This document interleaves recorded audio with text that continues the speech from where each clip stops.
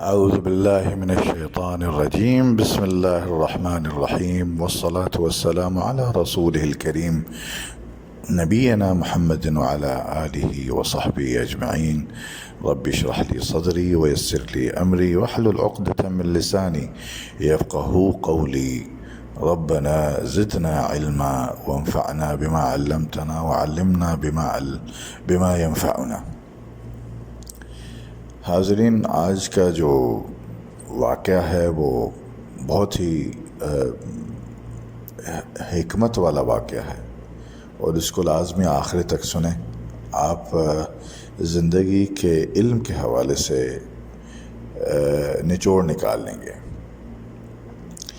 ایک پرانے وقتوں کا یہ واقعہ ہے، جب سزائے موت ہوتی تھی تو اس میں دونوں طرف بڑی لکڑیاں جو ہیں تناور کھڑی کی جاتی تھیں، اور اوپر سے ایک تیز دھار آرا جو ہے، یا جو آکس جسے بولتے ہیں، یا کلہاڑی کی شکل کا جو چھرا ہوتا ہے یا بلیڈ ہوتا ہے، وہ اوپر سے آ کر اس انسان کے سر کو کچھ کاٹ دیتا تھا، جس سے انسان مر جاتا تھا.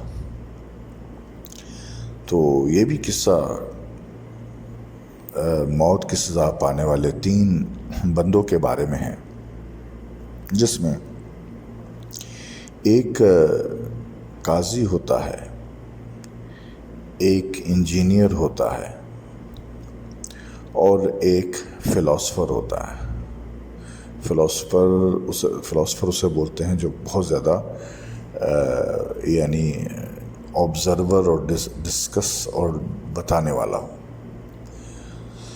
تو قصہ مختصر یہ کہ وہ تینوں کو جو سزائے موت ہوتی ہے، اس میں سب سے پہلے قاضی کو کھڑا کیا جاتا ہے. جب بلیڈ اس کے سر پر چھوڑا جاتا ہے تو جب اس کے سر کے پاس پہنچتا ہے تو وہ رک جاتا ہے. لوگ کہتے ہیں کہ یہ بہت ہی ولی اللہ ہے، بڑا آدمی ہے، اللہ کے قریب، اللہ تعالیٰ نے اسے بچا لیا ہے، تو اس کو ہم بھی چھوڑ دیتے ہیں. وہ اس کو چھوڑ دیتے ہیں. پھر سزائے موت ہوتی ہے اس کو جو انجینئر ہوتا ہے. انجینئر بھی اس جگہ پر کھڑا ہوتا ہے، اور وہ بلیڈ آتا ہے، آنے کے بعد اس کے سر کے پاس آ کر رک جاتا ہے، اور اس طرح انجینئر بھی بچ جاتا ہے موت سے. اسے بھی لوگ چھوڑ دیتے ہیں، حکومت وقت چھوڑ دیتی ہے. پھر ایک فلاسفر، دانشور آتا ہے. تو جب وہ کھڑا ہوتا ہے تو وہ دیکھتا ہے کہ یہ جو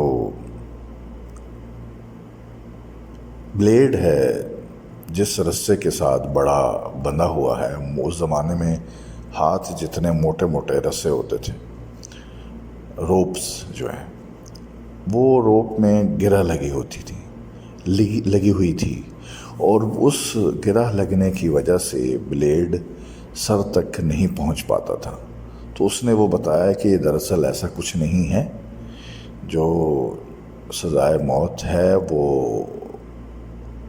برحق، یعنی وہ اس کو ہونا چاہیے، اور یہ اصل میں یہ بلیڈ لگا ہوا ہے، جس کی وجہ سے وہ دونوں جو ہیں بچ گئے ہیں. اب ہوتا یہ ہے کہ وہ گرہ کھول کے اس فلاسفر کو، اس دانشور کو سزائے موت ہو جاتی ہے. اس قصے کے پیچھے 3 حکمتیں ہیں علم کے حوالے سے. پہلی حکمت تو یہ ہے کہ اللہ تعالیٰ نے کبھی کبھی کسی انسان کو علم کے بغیر بھی اپنی رحمتوں میں ڈالا ہوتا ہے. اس قاضی کو علم نہیں تھا اس چیز کا کہ گرا ہے اور اس وجہ سے وہ بچ گیا، تو اللہ تعالیٰ نے اس کے لا علمی کے باوجود بھی اس کو بچا لیا. اس کے بعد جو انجینئر تھا اس کے پاس علم تھا کہ وہ رسے میں گرا لگی ہوئی ہے، لیکن اس نے اس علم کو اس وقت واضح نہیں کیا۔ تو پہلے قاضی کے لیے علم نہ ہونا رحمت تھا، اور اس بندے کے لیے علم ہوتے ہوئے، یہ جانتے ہوئے اس کو تسلی ہونا کہ اس کو کچھ نہیں ہوگا، یہ بھی اس پر ایک رحمت تھی، اس کی سیٹسفیکشن تھی، یہ بھی بچ گیا۔ اور تیسرا بندہ جس کے پاس علم تھا، جو فلاسفر تھا، اس کے لیے وہ علم زحمت بن گیا، اس کی موت کا سبب بن گیا۔ ہم اس کہانی سے، اس قصے سے یہ سیکھتے ہیں کہ کبھی کبھی کچھ علم جو ہے ہمیں کامیابی کی طرف ضرور لے کر جاتے ہیں، لیکن ہمیں زندگی میں یہ معلوم ہونا چاہیے کہ کب ہم نے خاموش رہنا ہے، اپنے دانشور ہونے کے باوجود بھی، علم والے ہونے کے باوجود بھی ہم نے خاموش رہنا ہے، اور کہاں جو ہے ہم نے جانتے ہوئے بھی بولنا ہے یا نہیں بولنا ہے، اور کہاں ہم نے علم کو استعمال کرنا ہے اور کہاں نہیں کرنا ہے۔